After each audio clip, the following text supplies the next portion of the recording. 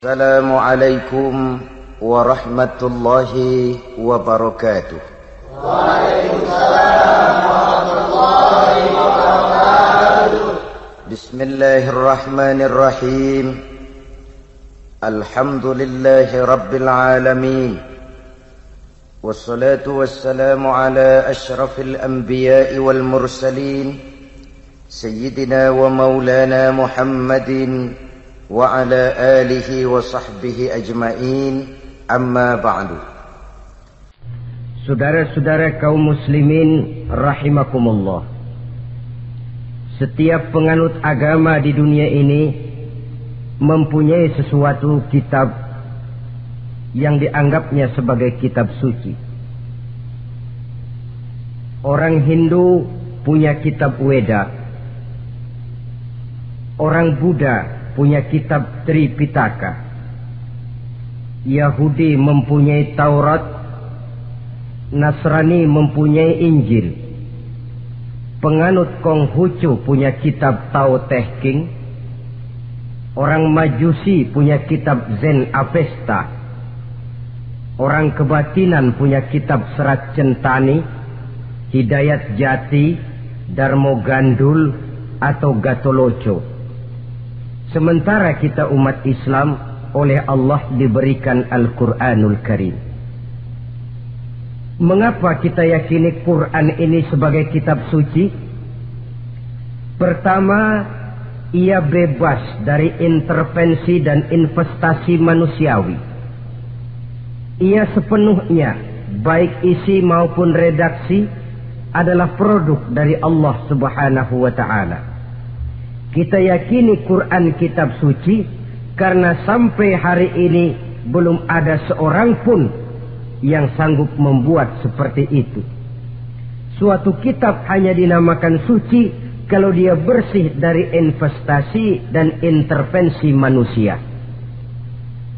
Al-Quran ini sejak turunnya 14 abad yang lalu telah menantang. Wa in kuntum fi raibin mimma nazzalna ala abdina fa'tu bi suratin min misli.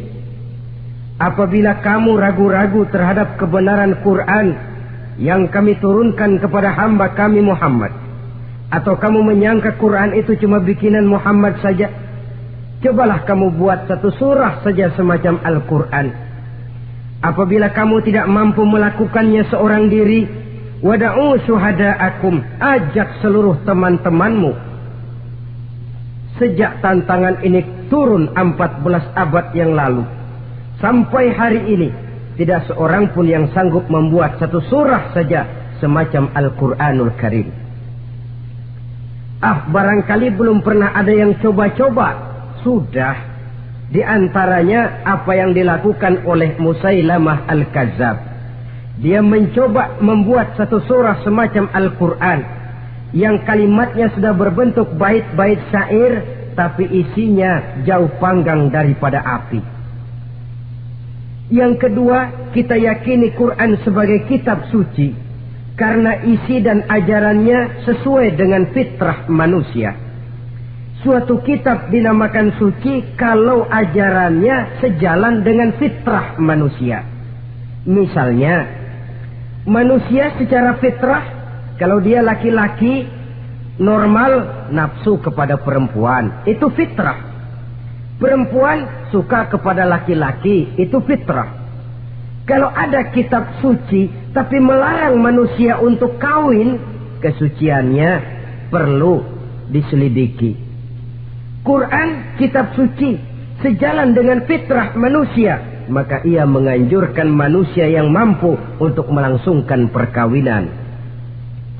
Contoh lain, secara fitrah manusia perlu makan. Kalau ada kitab suci yang melarang manusia puasa saja siang malam terus menerus, itu kan sama juga nyuruh orang mati. Quran sesuai dengan fitrah manusia, maka dalam Islam puasa wisol, puasa ngableng, apa itu istilahnya, puasa nyambung, dari pagi sampai sore, sampai malam, sampai pagi lagi puasa terus. Bukan saja tidak boleh, malah haram hukumnya. Kenapa? Itu bertentangan dengan fitrah manusia.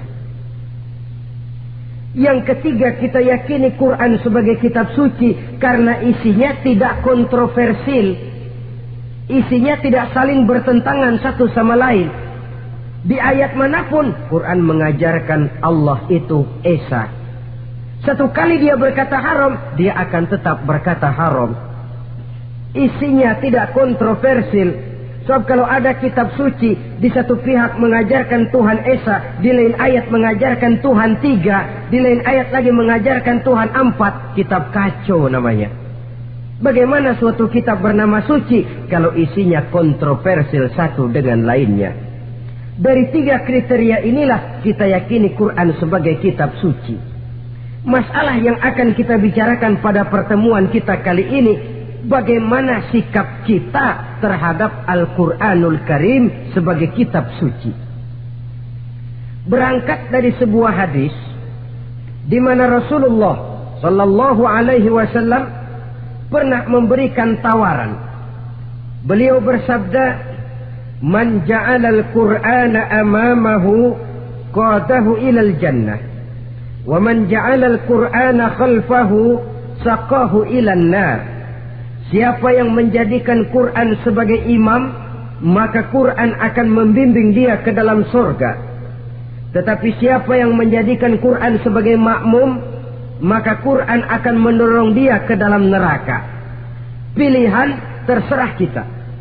Siapa yang menjadikan Quran sebagai imam, ditempatkannya Al-Quran di depan, dia ikuti petunjuk dan ajaran Al-Quran, maka Quran akan membimbing dia ke surga. Surga dunia, lebih-lebih lagi surga akhirat. Tetapi sebaliknya, siapa yang menempatkan Quran di belakangnya, dia belakangi Al-Quran, dia belakangi perintah dan ajaran-ajaran Al-Quran, dia perturutkan hawa nafsunya dalam kehidupan ini, maka Quran akan mendorong dia ke dalam neraka. Ya, neraka dunia, lebih-lebih lagi neraka akhirat. Pilihan terserah kita. Saya mau tanya, kira-kira Quran dalam hidup kita jadi imam apa jadi makmum? Imam apa makmum? Kalau Quran jadi imam, artinya kita umat Islam jadi makmum. Resiko dan logika tentu. Makmum harus ngikuti imam. Imam takbir, makmum takbir. Imam ruku, makmum ruku. Imam sujud, makmum sujud. Imam tahiyat, makmum tahiyat. Itu namanya Quran jadi imam, kita jadi makmum. Artinya dalam terjemahannya pada kehidupan, kalau merah kata Quran, merah kita kata. Hijau kata Quran, hijau kita bilang. Ke barat kata Quran, ke barat kita pergi. Ke timur kata Quran, ke timur kita berangkat. Halal kata Quran, halal kata kita. Haram kata Quran, haram kita bilang. Itu Quran imam, kita makmum. Nyatanya kadang-kadang kontras. Nyatanya kadang-kadang paradok. Merah kata Quran, hijau dong kata kita. Halal kata Quran, remeng-remeng kata kita. Ke barat kata Quran, ke timur kita pergi. Dalam praktek kita mau jadi makmum, Quran kita suruh jadi imam. Kita sesuaikan Quran dengan selera kita. Mana-mana ayat yang menguntungkan, mana ayat yang sesuai dengan mau kita, itu yang kita baca kuat-kuat. Itu yang kita canangkan ke tengah masyarakat ramai. Tapi manakala Quran itu bertentangan dengan nafsu kita, bertentangan dengan gaya dan kepribadian kita umpetin itu Quran. Kalau kita cuma umpetin lumayan, kadang-kadang kita tuduh Quran ketinggalan zaman. Kita anggap Quran tidak relevan lagi dengan situasi dan kondisi. Kalau sudah begitu, sudah menyeberang terlalu jauh namanya. Saudara-saudara kaum muslimin rahimakumullah. Inilah makna hadis Nabi yang diriwayatkan dari Imam Ali bin Abi Thalib. Bersabda Rasul, "Man qara'al Qur'ana fastazharahu fa ahalla halalahu wa harrama haramahu adkhalahul jannah." Barang siapa yang membaca Al-Quran lalu memperhatikannya, kemudian menghalalkan yang halal dan mengharamkan yang haram, maka Allah akan memasukkan orang itu ke dalam surga. Ya surga dunia, ya surga akhirat. Apabila kita renungi hadis ini, maka untuk berimam kepada Al-Quran ada 3 jalan utama yang harus kita laksanakan. Pertama, dari kalimat man qara'al Quran, barang siapa yang membaca Al-Quran. Ini artinya siapa yang ingin menjadikan Quran sebagai imam di dalam kehidupan, jalan pertama yang harus ditempuhnya menanamkan kegemaran membaca Al-Quranul Karim. Al-Quran gharibun fima baina qaumin la yaqra'una. Quran akan jadi asing, Quran akan jadi aneh kalau terletak di tengah rumah orang Islam yang tidak suka membaca Al-Quranul Karim. Jadi langkah pertama, tanamkan kegemaran membaca Al-Quran. Saya tidak menyalahkan kalau remaja kita gandrung kepada Stevie Wonder. Baik kalau mereka senang kepada suara emasnya Michael Jackson atau suaranya Madonna. Tapi kalau sampai harus mengalahkan kecintaan mereka kepada membaca Al-Quran, ini ironi.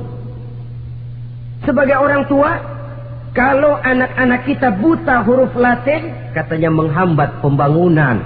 Bahkan pemerintah saja menggalakkan bebas 3B itu. Buta aksara diantaranya, supaya rakyat bisa membaca huruf Latin. Kalau anak-anak kita buta huruf Latin, katanya menghambat pembangunan. Bagaimana kalau anak-anak kita buta huruf Quran? Jelas saja menghambat proses kesadaran dan kebangkitan dari dunia Islam itu sendiri. Satu contoh ringan. Dulu sebelum pembangunan merata, listrik belum lagi masuk desa, kampung gelap, rumah pakai lampu minyak. Kalau kita masuk kampung, terasa banyak orang Islam. Kenapa? Di rumah sebelah sana kita dengar anak muda sedang latihan baca rawi, sebelah sini ibu-ibu sedang selawatan, di rumah sana remaja sedang baca Quran. Pembangunan maju, listrik masuk desa, alhamdulillah. Tapi apa yang kemudian terjadi? Proses pergeseran nilai. Setelah listrik masuk desa, radio main kenceng-kencengan, televisi main gede-gedean, baca Quran sudah barang aneh, langka. Tengoklah sekarang kalau kita masuk kampung, ada yang remaja sedang baca Quran, rasanya kok aneh, nggak umum. Sesuatu yang baik malah menjadi nilai-nilai keanehan.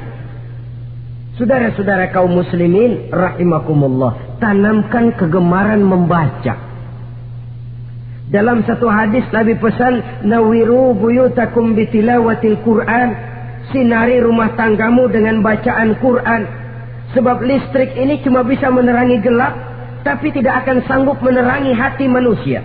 Quran produk Allah dibaca dalam segala keadaan, tepat dan pantas.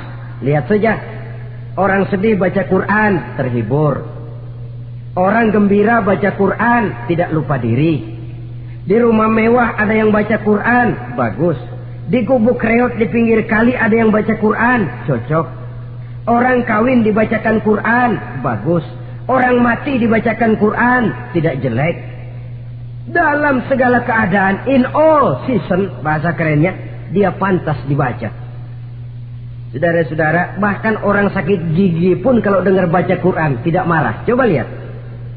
Dia senang benar lagu Michael Jackson, tapi giliran sakit gigi, coba setelin lagu Michael Jackson kalau nggak mencah-mencah.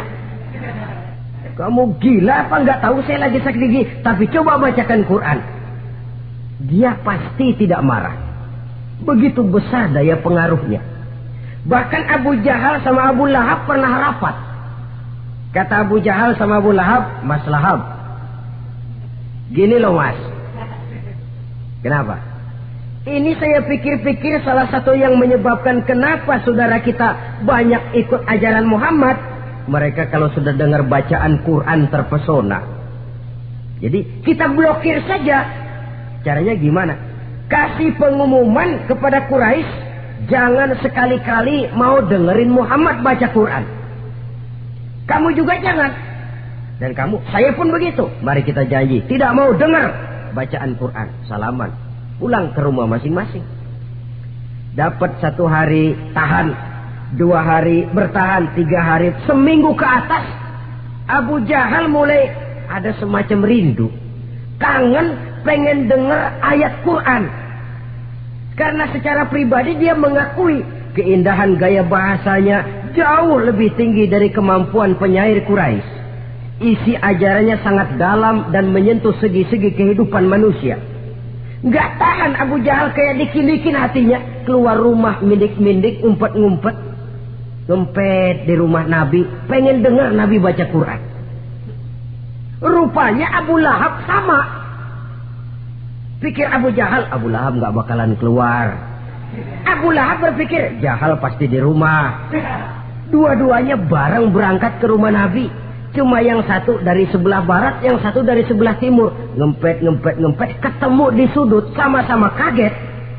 Jahal, loh kamu Lahab? Iya, kamu ngapain? Lah kamu ngapain?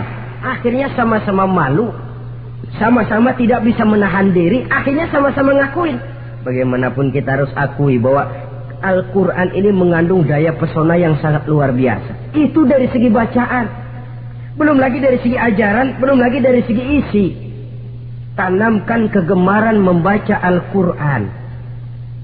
Sampai-sampai Nabi katakan, Innallazi laisa fi jawfihi syai'um minal Quran kal baitil kharib. Orang yang dari tenggorokannya belum pernah keluar ayat Quran barang sepotong pun, belum pernah ngaji barang seayat pun, itu orang kata Nabi kal baitil kharib, kayak rumah kosong. Rumah kan kalau kosong biar bagus, mewah, besar, perabotannya lengkap. Kalau kosong, angker. Setan, kuntilanak, memedi, betah benar di situ. Saudara-saudara kaum muslimin rahimakumullah. Dalam satu percontohan Nabi mengatakan begini. Masalul mu'minil lazi yaqra'ul Qur'an kamasalil utrujah. Rihuha tayyibun wa ta'muha tayyibun. Orang mukmin yang suka membaca Quran adalah ibarat buah utrujah. Baunya wangi, rasanya lezat. Kira-kira kalau di negeri kita buah apa utrujah itu? Semacam jeruk yang manis lah. Sudah baunya wangi, rasanya enak. Itu buah itu. Orang mukmin yang suka baca Quran kayak buah itu. Baunya wangi, rasanya enak. Artinya syiarnya hidup, isinya memang orang mukmin. Sebaliknya, wa masalul mu'minil lazi la yaqra'ul Qur'an kamasalit tamrah la riha laha wa ta'muha hulwun. Orang mukmin yang tidak suka baca Quran kayak korma. Rasanya emang manis, cuman kagak ada baunya. Artinya apa? Syiarnya kurang. Kalau orang belum tapi kenal kan kagak mau makan korma. Kenapa? Nggak ada baunya. Daya tariknya kurang walaupun rasanya enak. Kalau daya tariknya nggak ada, kan nggak ada iklannya, tidak ada syiarnya. Itu orang mukmin yang tidak suka membaca Quran. Ibarat buah, nggak ada baunya walaupun rasanya enak. Orang kurang tergerak, kurang syiar, kurang daya tarik.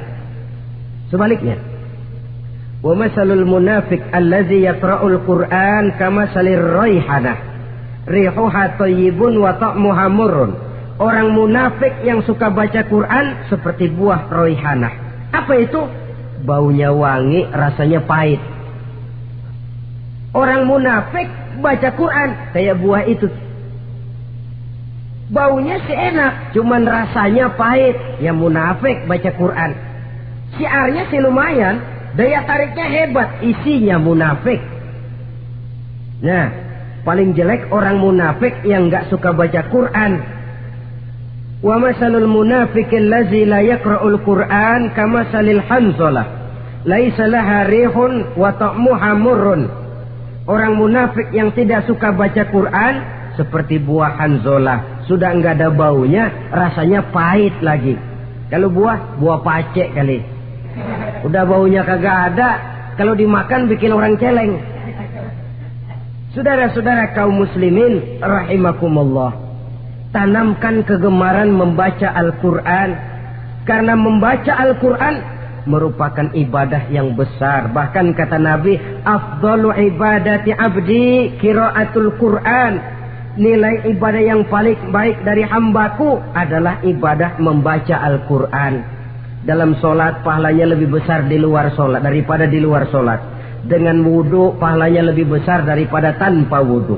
Mengerti pahalanya lebih besar daripada tidak mengerti. Tapi tidak mengerti pun jangankan membaca, mendengar saja orang baca Quran dengan baik sudah didoakan untuk mendapat rahmat. Berpahala mendengar bacaan Al-Quran walaupun tidak mengerti. Apalagi membaca sendiri, apalagi mengerti apa yang kita baca, tentu pahala itu akan jauh lebih besar. Ini yang pertama, tanamkan kegemaran membaca Al-Quranul Karim. Yang kedua, dalam hadis tadi, fastazharuhu, man qara'al Qur'ana fastazharuhu, siapa yang membaca Al-Quran kemudian memperhatikannya. Jadi kalau kita mau berimam kepada Al-Quran, setelah menanamkan kegemaran membaca, yang kedua, perhatikan, pahami isinya. Jangan seperti monyet pakai mahkota, ketawa girang, cengengesan, tapi dia tidak tahu arti kebesaran mahkota yang disandangnya itu. Bangga dengan Al-Quran, tapi apa kandungannya kita tidak mengerti. Untuk memahami Al-Quran ini, caranya bagaimana? Tentu mudah saja. Seperti contoh, kalau kita ingin mengerti caranya bikin tahu, jangan bertanya kepada montir mobil. Montir mobil ahli betul urusan mesin, tapi kalau urusan tahu, tanya dong tukang tahu. Untuk mengerti rahasia dan seluk-beluk Al-Quran, kita harus bertanya kepada orang yang memahami seluk-beluk Al-Quran, para ulama, para kiai, para ustadz, yang kita tahu kualitas keilmuannya, kita yakini loyalitas dan integritasnya kepada Islam ini. Kenapa? Ayat-ayat Quran itu elastis. Dia dibawa kemana saja mau. Ditafsirkan menurut kemauan orang bisa. Paling celaka kalau yang belajar tidak punya dasar, yang mengajar punya maksud lain. Sesat dan menyesatkan. Yang ngajar punya nafsu ambisi, yang belajar tikus budeg. Yang memang tidak punya dasar apa-apa. Sekali belajar langsung tafsir. Cara wudhu yang baik saja belum ngerti. Cara ruku dan sujud yang baik saja belum bisa. Yang membatalkan sholat apa ndak bisa, ndak ngerti. Sekali langsung. Udah, supaya kita langsung saja belajar langsung Al-Quranul Karim. Tidak jelek. Cuma akan lebih baik kalau sebelumnya ada unsur penunjang dari nilai-nilai keilmuan dalam Islam ini.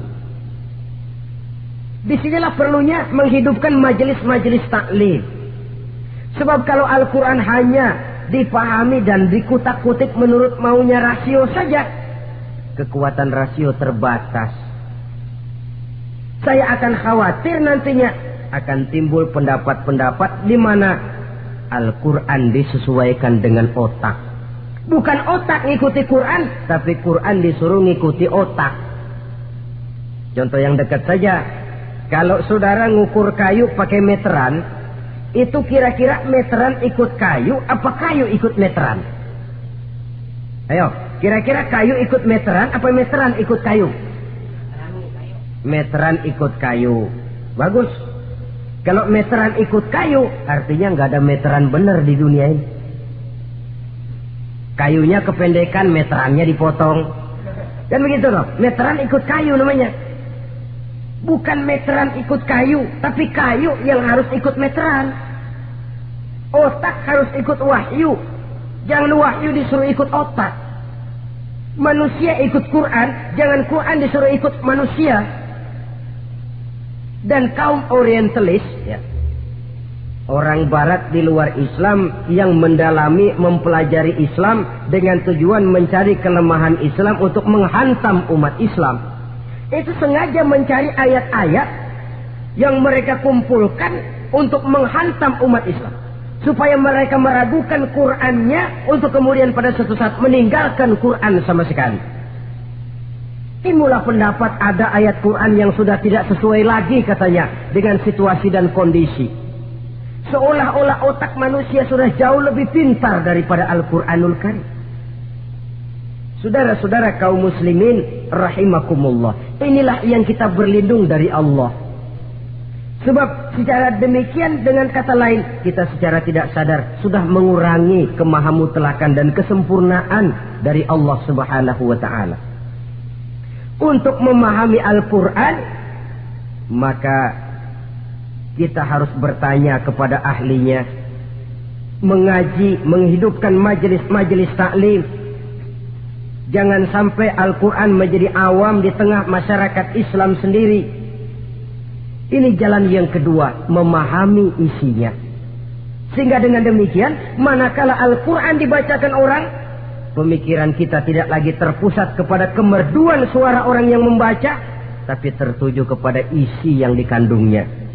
Sehingga dalam kondisi semacam itu, boleh jadi tiap kali dibacakan Al-Quran, nilai iman makin tambah. Kita dengar orang baca, Alam taro kaifa fa'ala rabbuka bi ashabil fil.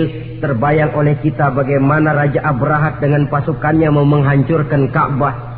Bagi Allah cukup menurunkan burung ababil, hancur lebur Abrahat, raja besar dengan seluruh pasukan gajahnya, berantakan dibuatnya cuma dengan burung ababil. Allah maha besar, Allah maha kuasa. Tambah iman. Kalau tidak, ya seperti yang banyak terjadi. Quran menceritakan azab, kita malah kesenangan. Walakum azabun alim, kamu akan mendapat azab yang pedih. Kita teriak di pojokan, toyib, toyib. Allah, alhamdulillah. Digambarkan azab malah baik-baik. Bahwa kita suka, kita gemar kepada bacaan Quran dengan suara yang merdu, alhamdulillah.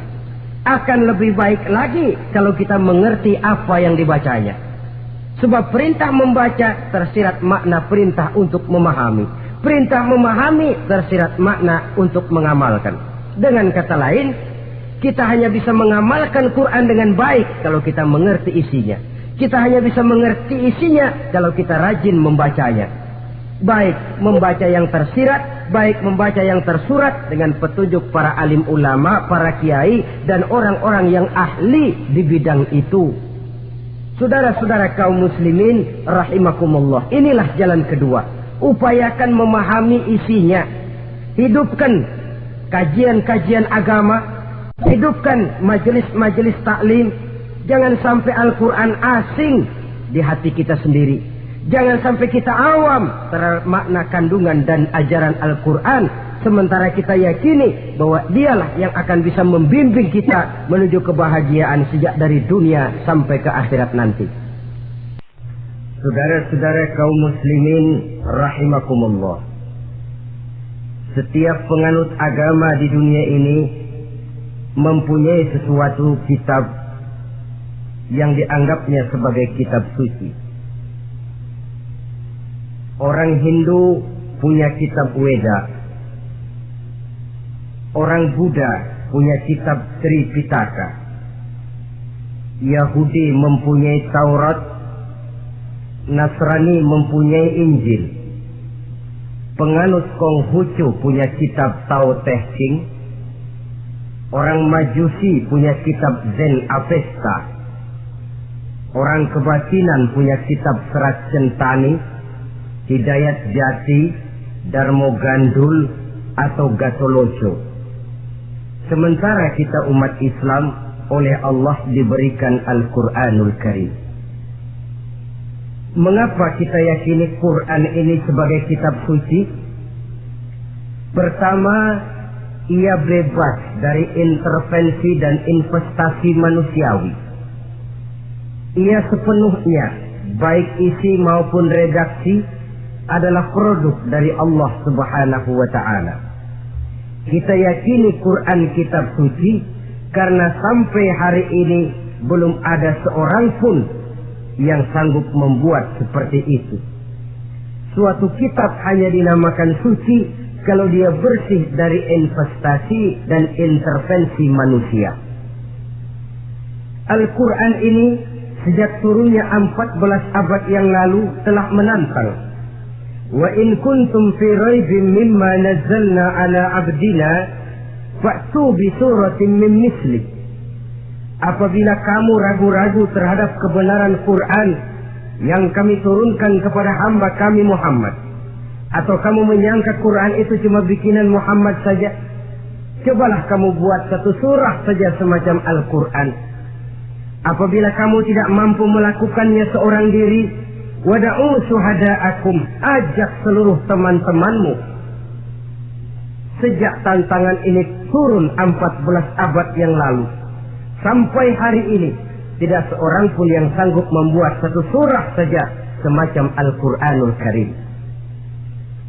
Barangkali belum pernah ada yang coba-coba. Sudah. Di antaranya apa yang dilakukan oleh Musailamah Al-Kadzab. Dia mencoba membuat satu surah semacam Al-Quran yang kalimatnya sudah berbentuk bait-bait syair, tapi isinya jauh panggang daripada api. Yang kedua, kita yakini Quran sebagai kitab suci karena isi dan ajarannya sesuai dengan fitrah manusia. Suatu kitab dinamakan suci kalau ajarannya sejalan dengan fitrah manusia. Misalnya, manusia secara fitrah, kalau dia laki-laki normal nafsu kepada perempuan, itu fitrah. Perempuan suka kepada laki-laki, itu fitrah. Kalau ada kitab suci tapi melarang manusia untuk kawin, kesuciannya perlu diselidiki. Quran kitab suci sejalan dengan fitrah manusia, maka ia menganjurkan manusia yang mampu untuk melangsungkan perkawinan. Contoh lain, secara fitrah manusia perlu makan. Kalau ada kitab suci yang melarang manusia puasa saja siang malam terus menerus, itu kan sama juga nyuruh orang mati. Quran sesuai dengan fitrah manusia, maka dalam Islam puasa wisol, puasa ngableng apa itu istilahnya, puasa nyambung dari pagi sampai sore sampai malam sampai pagi lagi puasa terus, bukan saja tidak boleh, malah haram hukumnya. Kenapa? Itu bertentangan dengan fitrah manusia. Yang ketiga, kita yakini Quran sebagai kitab suci karena isinya tidak kontroversil. Isinya tidak saling bertentangan satu sama lain. Di ayat manapun Quran mengajarkan Allah itu Esa. Satu kali dia berkata haram, dia akan tetap berkata haram. Isinya tidak kontroversil. Sebab kalau ada kitab suci, di satu pihak mengajarkan Tuhan Esa, di lain ayat mengajarkan Tuhan 3, di lain ayat lagi mengajarkan Tuhan 4, kitab kacau namanya. Bagaimana suatu kitab bernama suci kalau isinya kontroversil satu dengan lainnya? Dari 3 kriteria inilah kita yakini Quran sebagai kitab suci. Masalah yang akan kita bicarakan pada pertemuan kita kali ini, bagaimana sikap kita terhadap Al-Quranul Karim sebagai kitab suci. Berangkat dari sebuah hadis di mana Rasulullah Shallallahu Alaihi Wasallam pernah memberikan tawaran. Beliau bersabda, "Man ja'ala al-Qur'ana amamahu qadahu ilal jannah, wa man ja'ala al-Qur'ana khalfahu saqahu ilal nar." Siapa yang menjadikan Quran sebagai imam, maka Quran akan membimbing dia ke dalam surga. Tetapi siapa yang menjadikan Quran sebagai makmum, maka Quran akan mendorong dia ke dalam neraka. Pilihan terserah kita. Siapa yang menjadikan Quran sebagai imam, ditempatkannya Al-Quran di depan, dia ikuti petunjuk dan ajaran Al-Quran, maka Quran akan membimbing dia ke surga. Surga dunia, lebih-lebih lagi surga akhirat. Tetapi sebaliknya, siapa yang menempatkan Quran di belakangnya, dia belakangi Al-Quran, dia belakangi perintah dan ajaran-ajaran Al-Quran, dia perturutkan hawa nafsunya dalam kehidupan ini, maka Quran akan mendorong dia ke dalam neraka. Ya, neraka dunia, lebih-lebih lagi neraka akhirat. Pilihan terserah kita. Saya mau tanya, kira-kira Quran dalam hidup kita jadi imam apa jadi makmum? Imam apa makmum? Kalau Quran jadi imam, artinya kita umat Islam jadi makmum. Resiko dan logika tentu. Makmum harus ngikuti imam. Imam takbir, makmum takbir. Imam ruku, makmum ruku. Imam sujud, makmum sujud. Imam tahiyat, makmum tahiyat. Itu namanya Quran jadi imam, kita jadi makmum. Artinya dalam terjemahannya pada kehidupan, kalau merah kata Quran, merah kita kata. Hijau kata Quran, hijau kita bilang. Ke barat kata Quran, ke barat kita pergi. Ke timur kata Quran, ke timur kita berangkat. Halal kata Quran, halal kata kita. Haram kata Quran, haram kita bilang. Itu Quran imam, kita makmum. Nyatanya kadang-kadang kontras. Nyatanya kadang-kadang paradok. Merah kata Quran, hijau dong kata kita. Halal kata Quran, remeng-remeng kata kita. Ke barat kata Quran, ke timur kita pergi. Dalam praktek kita mau jadi makmum, Quran kita suruh jadi imam. Kita sesuaikan Quran dengan selera kita. Mana-mana ayat yang menguntungkan, mana ayat yang sesuai dengan mau kita, itu yang kita baca kuat-kuat. Itu yang kita canangkan ke tengah masyarakat ramai. Tapi manakala Quran itu bertentangan dengan nafsu kita, bertentangan dengan gaya dan kepribadian kita umpetin itu Quran. Kalau kita cuma umpetin lumayan, kadang-kadang kita tuduh Quran ketinggalan zaman. Kita anggap Quran tidak relevan lagi dengan situasi dan kondisi. Kalau sudah begitu, sudah menyeberang terlalu jauh namanya. Saudara-saudara kaum muslimin rahimakumullah.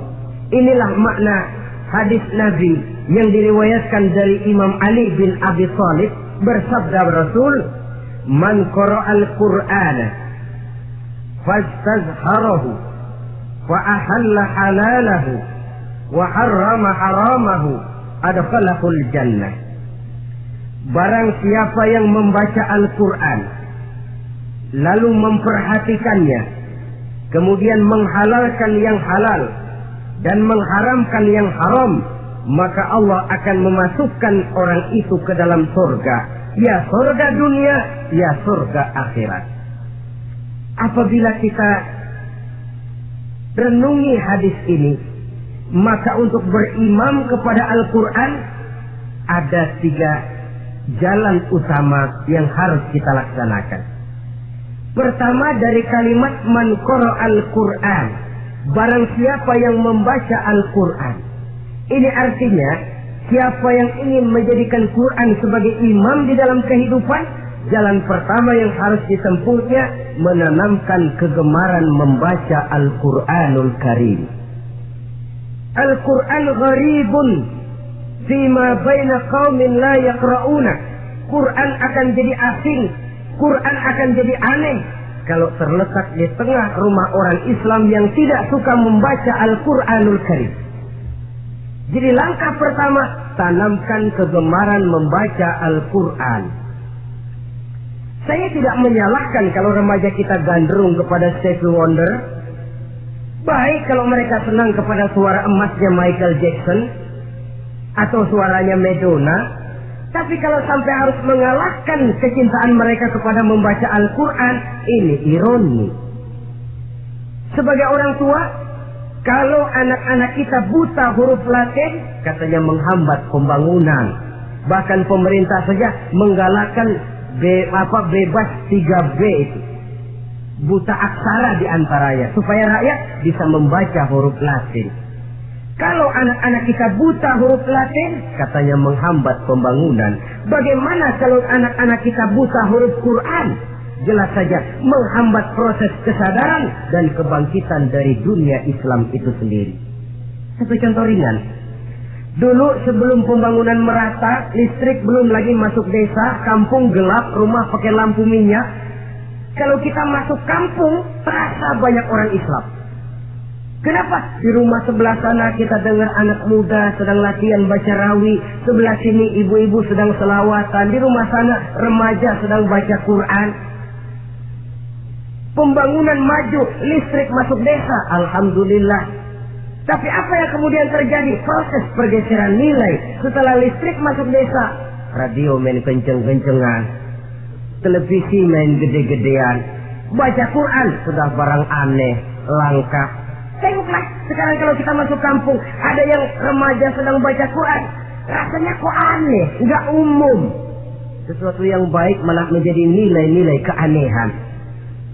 Saudara-saudara kaum muslimin rahimakumullah, tanamkan kegemaran membaca.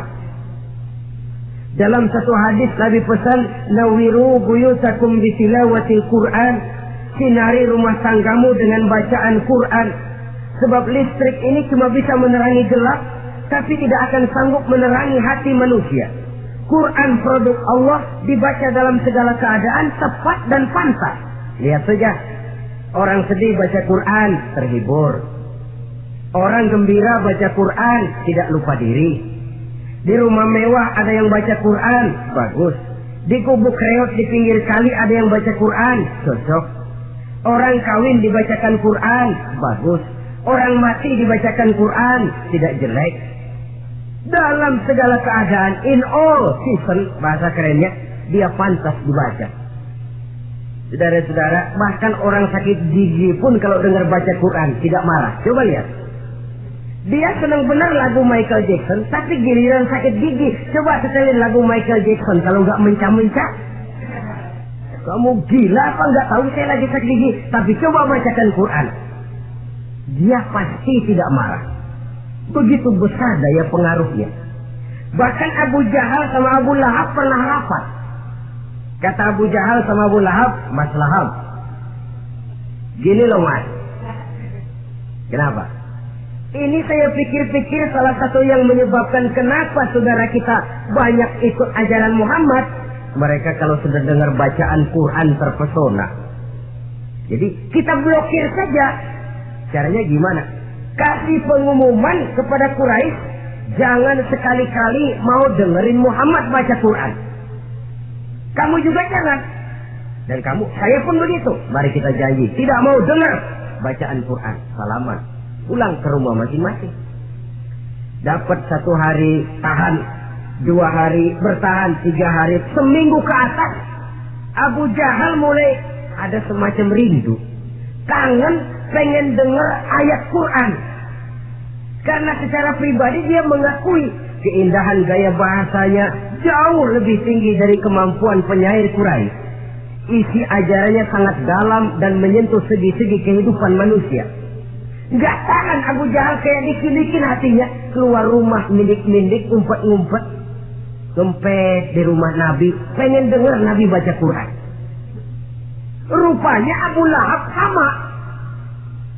Pikir Abu Jahal, Abu Lahab gak bakalan keluar. Abu Lahab berpikir, Jahal pasti di rumah. Dua-duanya bareng berangkat ke rumah Nabi. Cuma yang satu dari sebelah barat, yang satu dari sebelah timur. Ngempet, ketemu di sudut, sama-sama kaget. Jahal, loh kamu Lahab? Iya, kamu ngapain? Lah kamu ngapain?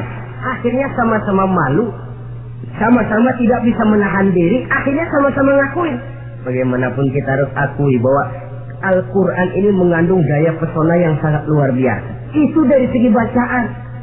Belum lagi dari segi ajaran, belum lagi dari segi isi. Tanamkan kegemaran membaca Al-Quran. Sampai-sampai Nabi katakan, Innal ladzi laisa fi jawfihi syai'un minal Quran kal baitil kharib. Orang yang dari tenggorokannya belum pernah keluar ayat Quran barang sepotong pun, belum pernah ngaji barang seayat pun, itu orang kata Nabi kal baitil kharib, kayak rumah kosong. Rumah kan kalau kosong biar bagus, mewah, besar, perabotannya lengkap. Kalau kosong, angker. Setan kuntilanak memedik, betah benar di situ. Saudara-saudara kaum muslimin rahimakumullah. Dalam satu percontohan Nabi mengatakan begini. Masalul mu'minil ladzi yaqra'ul Qur'an kamasalil utrujah. Rihuha thayyibun wa ta'muha murr wa ta'muha thayyibun. Orang mukmin yang suka membaca Quran adalah ibarat buah utrujah. Baunya wangi, rasanya lezat. Kira-kira kalau di negeri kita buah apa utrujai? Semacam jeruk yang manis lah. Sudah baunya wangi, rasanya enak. Itu buah. Orang mukmin yang suka baca Quran kayak buah itu. Baunya wangi, rasanya enak. Artinya syiarnya hidup, isinya memang orang mukmin. Sebaliknya, wa masalul mu'minil ladzi la yaqra'ul Qur'an kamatsali tamrah la riha laha wa ta'muha hulwun. Orang mukmin yang tidak suka baca Quran kayak korma. Rasanya emang manis, cuman kagak ada baunya. Artinya apa? Syiarnya kurang. Kalau orang belum pasti kenal kan kagak mau makan korma. Kenapa? Nggak ada baunya. Daya tariknya kurang walaupun rasanya enak. Kalau daya tariknya nggak ada, kan nggak ada iklannya, tidak ada syiarnya. Itu orang mukmin yang tidak suka membaca Quran. Ibarat buah, nggak ada baunya, walaupun rasanya enak. Orang kurang tergerak, kurang syiar, kurang daya tarik. Sebaliknya, wa masalul munafiq allazi yaqra'ul Quran kamasalir raihanah rihuha thayyibun wa ta'muha murrun. Orang munafik yang suka baca Quran seperti buah raihanah. Apa itu? Baunya wangi, rasanya pahit. Orang munafik baca Quran kayak buah itu. Baunya sih enak, cuman rasanya pahit. Yang munafik baca Quran. Syiarnya sih lumayan, daya tariknya hebat, isinya munafik. Nah, paling jelek orang munafik yang nggak suka baca Quran. Wa masalul munafiqil ladzi la yaqra'ul Qur'an kamasalil hanzalah laisa laha rihun wa ta'muha murrun. Orang munafik yang tidak suka baca Quran seperti buah hanzalah, sudah enggak ada baunya, rasanya pahit lagi. Kalau buah pacek kali. Udah baunya kagak ada, kalau dimakan bikin orang celeng. Saudara-saudara kaum muslimin rahimakumullah, tanamkan kegemaran membaca Al-Quran. Karena membaca Al-Quran merupakan ibadah yang besar. Bahkan kata Nabi, afdalu ibadati abdi qiraatul Quran. Nilai ibadah yang paling baik dari hambaku adalah ibadah membaca Al-Quran. Dalam sholat pahalanya lebih besar di luar sholat daripada di luar sholat. Dengan wudu pahalanya lebih besar daripada tanpa wudu. Mengerti pahalanya lebih besar daripada tidak mengerti. Tapi tidak mengerti pun jangankan membaca, mendengar saja orang baca Quran dengan baik sudah didoakan untuk mendapat rahmat. Berpahala mendengar bacaan Al-Quran walaupun tidak mengerti. Apalagi membaca sendiri, apalagi mengerti apa yang kita baca, tentu pahala itu akan jauh lebih besar. Ini yang pertama, tanamkan kegemaran membaca Al-Quranul Karim. Yang kedua, dalam hadis tadi, fastazharuhu, man qara'al Qur'ana fastazharuhu. Siapa yang membaca Al-Quran kemudian memperhatikannya. Jadi kalau kita mau beriman kepada Al-Quran, setelah menanamkan kegemaran membaca, yang kedua, perhatikan, pahami isinya. Jangan seperti monyet pakai mahkota, ketawa girang, cengengesan, tapi dia tidak tahu arti kebesaran mahkota yang disandangnya. Bangga dengan Al-Quran, tapi apa kandungannya kita tidak mengerti. Untuk memahami Al-Quran ini, caranya bagaimana? Tentu mudah saja. Seperti contoh, kalau kita ingin mengerti caranya bikin tahu, jangan bertanya kepada montir mobil. Montir mobil ahli betul urusan mesin, tapi kalau urusan tahu, tanya dong tukang tahu. Untuk mengerti rahasia dan seluk-beluk Al-Quran, kita harus bertanya kepada orang yang memahami seluk-beluk Al-Quran.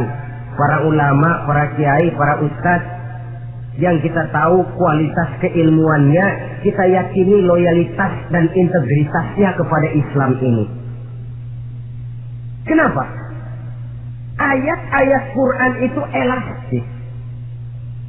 Dia dibawa kemana saja mau. Ditafsirkan menurut kemauan orang bisa. Paling celaka kalau yang belajar tidak punya dasar, yang mengajar punya maksud lain. sesat dan menyesatkan.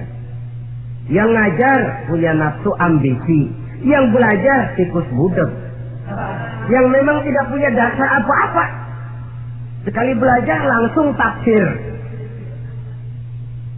Cara wudhu yang baik saja belum ngerti, cara rukuk dan sujud yang baik saja belum bisa, yang membatalkan sholat apa ndak bisa, ndak ngerti. Sekali langsung, enggak, supaya kita langsung saja belajar langsung Al-Quranul Karim. Tidak jelek, cuma akan lebih baik kalau sebelumnya ada unsur penunjang dari nilai-nilai keilmuan dalam Islam ini. Disinilah perlunya menghidupkan majelis-majelis taklim. Sebab kalau Al-Quran hanya dipahami dan dikutak-kutik menurut maunya rasio saja, kekuatan rasio terbatas. Saya akan khawatir nantinya akan timbul pendapat-pendapat di mana Al-Quran disesuaikan dengan otak. Bukan otak ngikuti Quran, tapi Quran disuruh ngikuti otak. Contoh yang dekat saja, kalau saudara ngukur kayu pakai meteran, itu kira-kira meteran ikut kayu apa kayu ikut meteran? Ayo, kira-kira kayu ikut meteran apa meteran ikut kayu? Meteran ikut kayu. Bagus. Kalau meteran ikut kayu, artinya nggak ada meteran benar di dunia ini.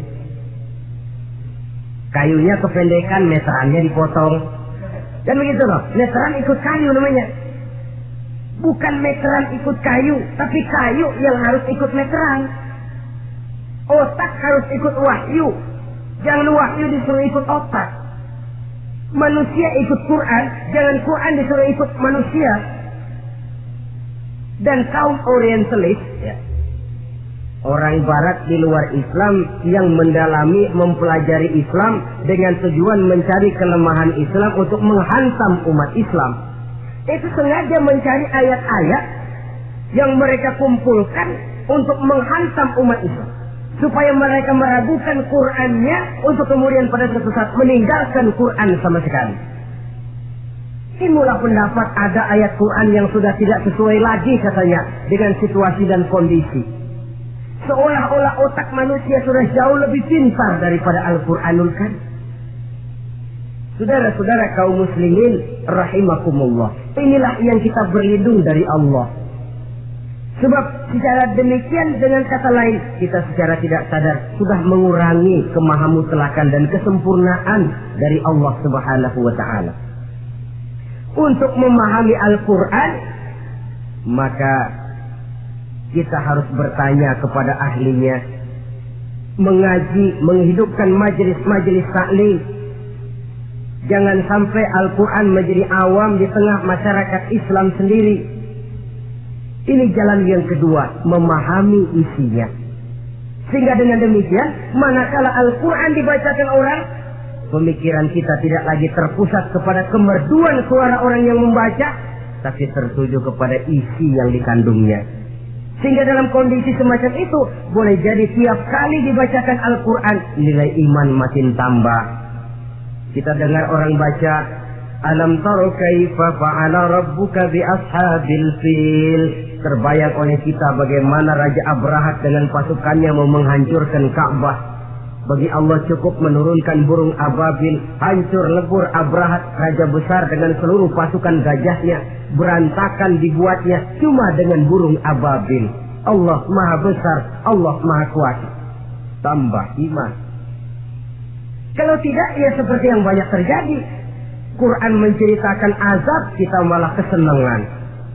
Walakum azabun alim, kamu akan mendapat azab yang pedih. Kita teriak di pojokan, toyib, toyib. Allah, alhamdulillah. Digambarkan azab malah baik-baik. Bahwa kita suka, kita gemar kepada bacaan Quran dengan suara yang merdu, alhamdulillah. Akan lebih baik lagi kalau kita mengerti apa yang dibacanya. Sebab perintah membaca tersirat makna perintah untuk memahami. Perintah memahami tersirat makna untuk mengamalkan. Dengan kata lain, kita hanya bisa mengamalkan Quran dengan baik kalau kita mengerti isinya. Kita hanya bisa mengerti isinya kalau kita rajin membacanya. baik membaca yang tersirat, baik membaca yang tersurat dengan petunjuk para alim ulama, para kiai, dan orang-orang yang ahli di bidang itu. Saudara-saudara kaum muslimin rahimakumullah, inilah jalan kedua. Upayakan memahami isinya. Hidupkan kajian-kajian agama, hidupkan majelis-majelis taklim. Jangan sampai Al-Quran asing di hati kita sendiri. Jangan sampai kita awam terhadap makna kandungan dan ajaran Al-Quran, sementara kita yakini bahwa dialah yang akan bisa membimbing kita menuju kebahagiaan sejak dari dunia sampai ke akhirat nanti. Jalan ketiga untuk berimam kepada Al-Quran, setelah menanamkan kegemaran membaca lalu berupaya memahami isinya, yang ketiga adalah mengamalkannya dalam kehidupan sesuai dengan kemampuan yang kita miliki. Quran tidak akan membawa berkah kalau ajaran yang terkandung di dalamnya kita baca, tapi kemudian kita injak-injak dalam praktek kehidupan. Quran mengatakan riba haram, tapi praktek kita dalam hidup malah senang betul kepada riba. Quran mengajarkan jagalah kesatuan persatuan dan ukhuwah Islamiyah. Praktek yang kita lakukan malah centang perenang, malah saling bertolak belakang, malah kadang menjegal kawan seiring, menggunting dalam lipatan, ramai kita dengan kita. Lalu kelemahan pun menjadi kenyataan di mana-mana. Quran sekali lagi tidak akan membawa berkah kalau yang kita baca kita injak-injak. Tentang pengamalan Al-Quran ini, Allah Subhanahu wa ta'ala mengklasifikasi manusia dalam firman-Nya, "Tsumma awrasna al-kitaba allazina astafaina min ibadina." Kemudian kami wariskan Al-Quran ini kepada hamba-hamba kami yang kami pilih. Ya Allah, coba saja kita lihat ayat ini. Quran kitab pilihan, diberikan kepada umat pilihan, yaitu kita-kita ini. Lalu bagaimana umat pilihan ini setelah menerima Al-Quran? Terbagi dalam 3 kelompok besar. Pertama, kata Allah, "Faminhum zalimun li nafsihi." Di antara mereka ada yang setelah menerima Al-Quran kemudian zalim kepada dirinya sendiri. Artinya hanya mulutnya saja yang menerima Al-Quran, tapi perbuatannya menginjak-injak Al-Quran. Orang semacam ini tidak zalim kepada Allah, tidak zalim kepada Rasulullah, tetapi orang semacam ini zalim kepada dirinya sendiri. Dia terima Quran dengan mulutnya, tapi dia injak-injak Quran dengan perbuatannya. Na'udzubillah summa na'udzubillah. Kelompok yang kedua, faminhum muqtasid. Di antara mereka ada yang setelah menerima Al-Quran lalu muqtasid. Muqtasid ini 50-50, ngambil jalan tengah. Ajaran Quran dipakai, ajaran setan dikerjain. Artinya juga perintah Quran oke, larangan Quran ho-oh. Saudara-saudara, malaikat bingung bagaimana montemnya nih anak ini. Perintah Quran dikerjain, larangan Quran juga dikerjain. Ini muqtasid. Nah, yang ideal adalah golongan yang ketiga, kata Allah, wa minhum sabiqun bil khairati biiznillah. Di antara mereka ada lagi yang setelah menerima Al-Quran lalu berlomba-lomba melaksanakannya, berlomba-lomba mengamalkan kebaikan, dan itu hanya bisa terjadi biiznillah, dengan izin dari Allah. Hidayah, saudara-saudara. Berapa banyak orang yang mengerti Quran tapi hidupnya jauh dari cahaya Quran.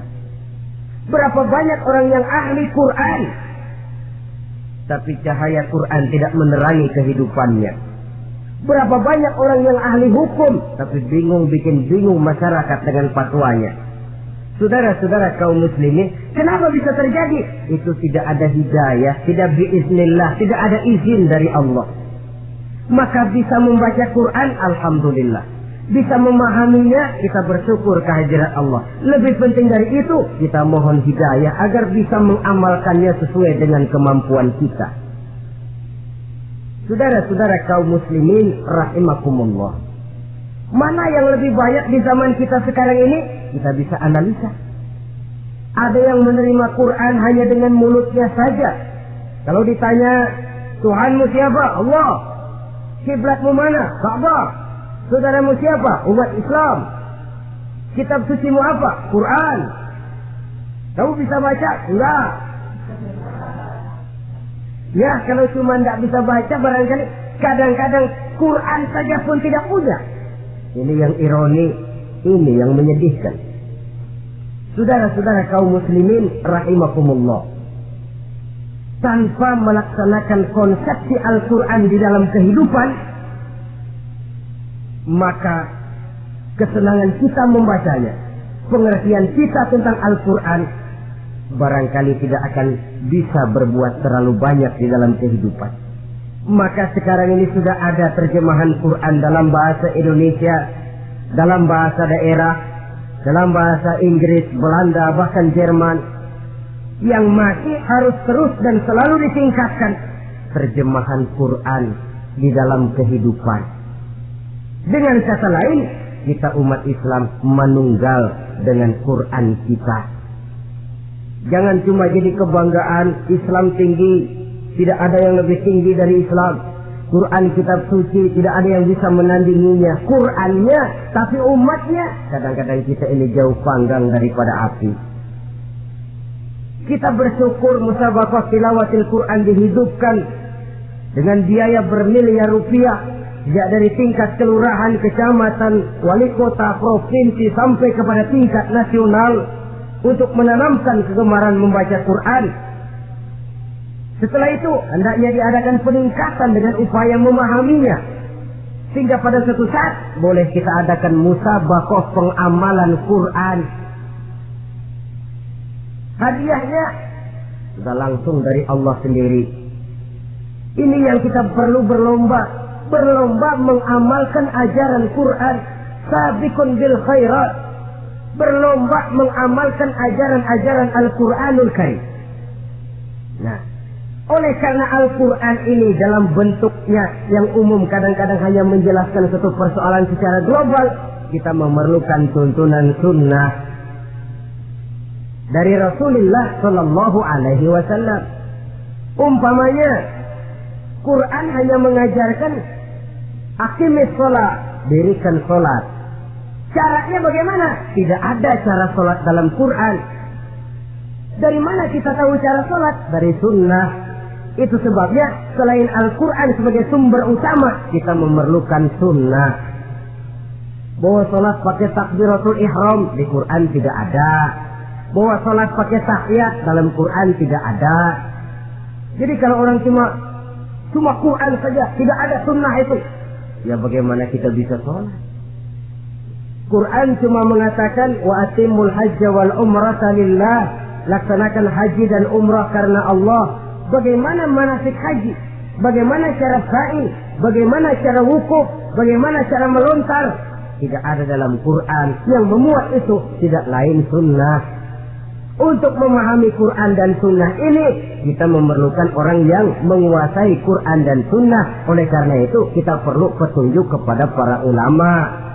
Itu sebabnya Quran sendiri mengatakan, wa in tanaza'tum fi shay'in farudduhu ila Allahi wa rasulih.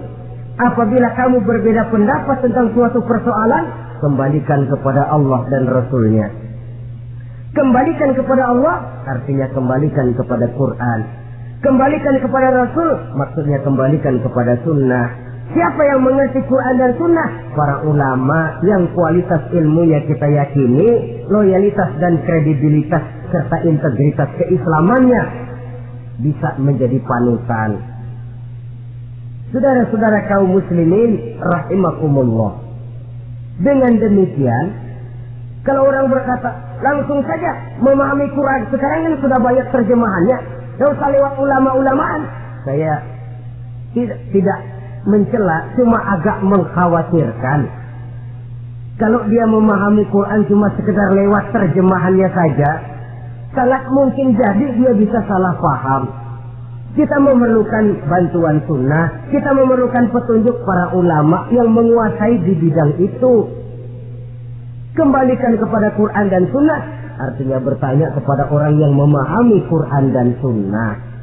Nah, dengan begitu kan akan terjadi perbedaan pendapat. perbedaan pendapat sesuatu yang halal sepanjang tidak menyebabkan kita berpecah belah. Halal berbeda pendapat, asal diletakkan pada proporsinya. Apalagi kalau perbedaan pendapat itu cuma masalah teknis, bukan masalah prinsip. Kenapa tidak pulang saja kepada tuntunan Quran? Lana a'maluna walakum a'malukum. Kami akan mengamalkan amalan yang kami yakini benarnya. Saudara persilakan mengamalkan amalan yang saudara yakini benarnya. Sama-sama punya alasan, sama-sama punya dalil. Tidak usah saling menyalahkan. Tidak usah saling mengklaim, merasa yang paling benar, orang lain salah semua. Kemukakan argumen, jangan sentimen. Harus dengan semangat mencari kebenaran, bukan untuk mencapai kemenangan. Kalau sentimen lebih penting dari argumen, kalau kemenangan lebih diutamakan dari mencari kebenaran, yang berlaku kadang-kadang gengsi. Kalau sudah gengsi, yang bicara emosi. Kalau sudah emosi, istilah kita di kampung, ngambek. Gedean ilmunya sama ambeknya. Kadang-kadang, saya kalau nggak jadi imam nggak mau sembahyang di situ. Kalau nggak jadi imam, orang lain dianggapnya kagak sah sembahyangnya. Pokoknya kalau nggak ngaji sama saya, Islamnya kurang benar. Mengklaim. Perbedaan pendapat wajar, halal, asal tidak menyebabkan kita berpecah belah. Dan sewajarnya kita lebih berusaha mencari titik pertemuan, memperbesar persamaan, dan bukan mengutak-utik perbedaan. Kadang-kadang inilah penyakit kita nih. Satu kunut, satu tidak sembahyang subuhnya, bisa RT. Satu usuli, satu tidak, bisa RW. Satu azan sekali Jumatan, satu dua kali bikin masjid lagi. Kenapa bukan persamaannya yang dicari? Kenapa justru perbedaannya yang diperbesar? Yang masalah macam ini sampai kiamat tidak pernah selesai. Kan lebih baik kalau kita ditanya orang, Pak, sholat subuh itu pakai kunut apa tidak sih? Kalau saya pakai. Kalau yang tidak pakai kunut bagaimana Pak? Betul, kata yang tidak pakai. Jadi yang pakai kunut betul, betul karena saya pakai kunut. Yang tidak juga betul, betul kata yang tidak pakai. Kalau yang kunut betul, yang tidak kunut betul, lalu yang salah yang mana Pak? Yang salah yang subuh nggak semayang. Lebih objektif, proyek garapannya ada, umat tidak berpecah belah. Yang konyol kadang-kadang khutbah Jumat pakai membongkar khilafiyah, menghantam tahlil, menghantam kunut. Selesai sembahyang Jumat, apa yang terjadi? Umat resah, masyarakat gelisah, polemik timbul, masalah tidak terselesaikan. Orang jadi khotib itu raja dalam mimbar Jumat, siapa yang mau bantah dia? Kalau memang mau buka itu persoalan khilafiyah, buka dalam forum khusus, adakan pengajian, jelaskan masalahnya secara luas, mendasar, jangan mengklaim dan memvonis. Berikan kebebasan kepada umat untuk menilai, masalahnya selesai, yang tidak puas bisa bertanya. Saudara-saudara, sudah lewat masanya kita meributkan soal itu. Sudah datang waktunya di mana kita lebih mementingkan dan membicarakan masalah-masalah yang lebih mendesak dihadapi oleh umat. Kemiskinan misalnya, kebodohan misalnya, keterbelakangan umpamanya, peluang untuk mendapatkan pendidikan yang layak bagi anak-anak kita yang berotak cerdas tapi tidak punya kemampuan ekonomi umpamanya. Itu akan lebih objektif ketimbang kita membicarakan masalah-masalah yang sampai kiamat tidak akan pernah selesai, yang hanya akan menyebabkan kita menjadi lemah, persatuan koyak, solidaritas sosial lalu menurun, saling curiga menjadi tumbuh karenanya, dan pada akhirnya kita tidak akan pernah bisa berbuat banyak. Untung kalau tidak menjadi tertawaan bagi orang yang berdiri di luar pagar. Saudara-saudara kaum muslimin rahimakumullah, sekali lagi, Al-Quran tidak akan membawa berkah kalau yang kita baca kita injak-injak. Oleh karenanya, untuk berimam kepada Quran ini, sekali lagi, pertama, tanamkan kegemaran membaca. Yang kedua, upayakan memahami isinya melalui bimbingan orang yang ahli bidang itu. Yang ketiga, amalkan sesuai dengan kemampuan. Sebab itu ada prinsip, kalau isi suatu hadis nampaknya bertentangan dengan otak, kesohihan hadis itu boleh diperiksa. Tapi kalau ayat Quran nampaknya bertentangan dengan otak, otaknya yang harus diperiksa. Jangan Qurannya lalu disesuaikan dengan otak. Coba kalau kita sudah berani berteori, ada ayat Quran yang tidak sesuai dengan keadaan. Ayat yang mana? Yang ini. Tahun depan tambah lagi. Tahun depan tambah lagi. Makin lama makin habis Al-Quran itu. Yang perlu diperbarui cara kita memahami Quran. Bukan dengan mengemukakan teori ayat Quran kehilangan relevansi. Cara kita memahami barangkali yang kurang relevan. Dalam situasi, dalam konteksnya dengan situasi dan kondisi. Jangan lupa, Al-Quran ini kan untuk semua umur. Dia bisa dipahami secara filosofis, dia bisa dipahami dengan kacamata orang awam. Tingkat kemampuan berpikir orang tidak semuanya sama. Kalau semua orang kita mau ajak berfilsafat, merenung dalam-dalam, menerawang tinggi-tinggi, ialah buat mereka yang terjangkau oleh perguruan tinggi. Tapi buat saudara-saudara kita, pedagang-pedagang kecil, petani di desa-desa terpencil, remaja-remaja yang jauh dari sentuhan teknologi canggih, sanggupkah mereka berpikir filosofis? Sementara mereka merupakan bagian terbesar dari kondisi umat ini. Saudara-saudara kaum muslimin, oleh karenanya ditentang membaca, memahami dan mengamalkan. Rasulullah Shallallahu Alaihi Wasallam pernah memberikan sugesti. Beliau bersabda, "In aradtum aisas su'ada," apabila kamu menginginkan kehidupan yang bahagia, hidup seperti hidupnya orang-orang yang bahagia, dan tentu ini keinginan kita semua. Wa mautas syuhada, dan menginginkan mati sebagai matinya para syuhada, para pahlawan pembela agama, orang yang mati syahid. Wah, ini sudah tidak duanya ini. Hidup mulia, mati syahid, dapat dua-duanya. Wan najasa yaumal hasri, dan ingin mendapat keselamatan pada hari hasar, hari pengumpulan manusia di padang mahsyar. Wa zilla yaumal harri, dan mendapat perlindungan dari Allah pada hari yang sangat panas. Wal huda minadh dhalalah, dan mendapat petunjuk dari kesesatan. Ini keinginan semua orang. Kan yang kita cari apa sih?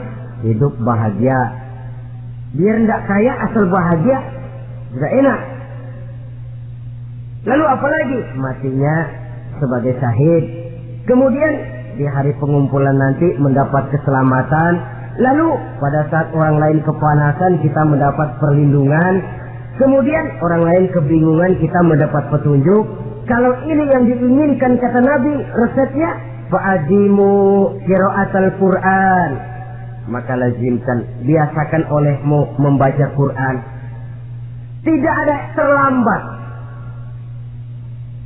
Idealnya memang dari kecil, sebab lidah kalau sudah kaku berat.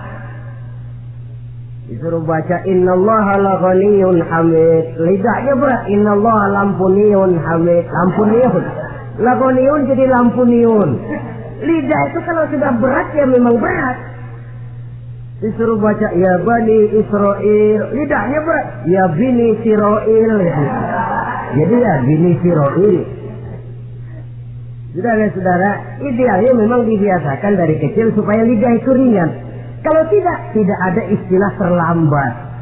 Malu pak, belajar alif-alifan udah gede. Ya jangan alif-alifan, alif beneran. Alif-alifan kapan bisa ya? Alif beneran yang dipelajari. Tidak ada istilah terlambat, tidak ada istilah malu untuk belajar Al-Quran ini. Saudara-saudara kaum muslimin rahimakumullah, ini sugesti untuk menanamkan kegemaran membaca. Lalu sugesti untuk memahaminya, tentu banyak ayat, banyak hadis. Mengapa tidak diantara kamu sekelompok orang yang berangkat untuk memperdalam, memahami agama? Falaula nafaro min kulli firqatin minhum ta'ifatun liyatafaqahu fid din. Di tengah kelompok orang yang berangkat belajar teknologi canggih, di tengah grup orang yang mendalami ekonomi, di tengah kelompok orang yang membidangi hukum, di tengah kelompok orang yang sibuk meneliti ilmu-ilmu kedokteran, mengapa tidak ada kelompok orang yang secara takhassus Liyatafaqahu fid din, mendalami agama, mendalami Quran ini harus ada. Lalu sugesti untuk mengamalkan Al-Quran kelihatan dari peringatan Allah yang kita bisa temukan pada surah Toha ayat 124 sampai dengan 127. Wa man a'rada an dzikri, barang siapa yang berpaling dari peringatanku, kata Allah, barang siapa yang berpaling dari Al-Quran ini, dia terima Al-Quran, dia imani Quran, tapi dia berpaling dari ajarannya, dia injak-injak apa yang seharusnya dia amalkan, dia perturutkan hawa nafsunya, maka kata Allah, fa inna lahu ma'isyatan dhanka, dia akan diberikan satu penghidupan yang sempit. Inna lillahi wa inna ilaihi raji'un. Diberikan hidup yang sempit. Kalau hidup sudah terasa sempit, bagaimanapun luasnya rumah, sempit. Kalau hidup sudah terasa sempit, bagaimanapun banyaknya harta, sumpah. Kalau sudah hidup ini terasa sempit, bagaimanapun luasnya pergaulan, tidak ada tempat kita bertanya, melarikan persoalan, membagi rasa. Siapa yang berpaling dari Quran, dia akan diberikan penghidupan yang sempit. Bukan dagangnya tidak untung, bukan kerjanya tidak digaji, tapi kesempitan hati lebih bahaya loh dari kesempitan ekonomi. Itu di dunia. Di akhirat, wa nahsuruhu yaumal qiyamati a'ma. Di akhirat nanti dia akan dikumpulkan oleh Allah dalam keadaan buta. Ya Allah, ya Rasul. Padahal ke akhirat kita baru tumben. Sekali ke akhirat buta. Masya Allah.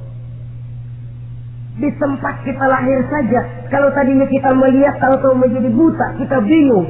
Padahal jalan sudah pernah kita lihat, arah sudah pernah kita tahu. Bagaimana di padang mahsyar nanti? Kemana jalan yang akan ditempuh? Kepada siapa kita hendak bertanya? Mana teman, mana istri, mana anak? Buta pula kita. Satu kesengsaraan yang merupakan puncak kesengsaraan. Dikala itu orang yang semacam tadi protes. Rabbi, lima hasyartani a'ma wa qad kuntu basira. Wahai Allah, kenapa hari ini saya dikumpulkan dalam keadaan buta?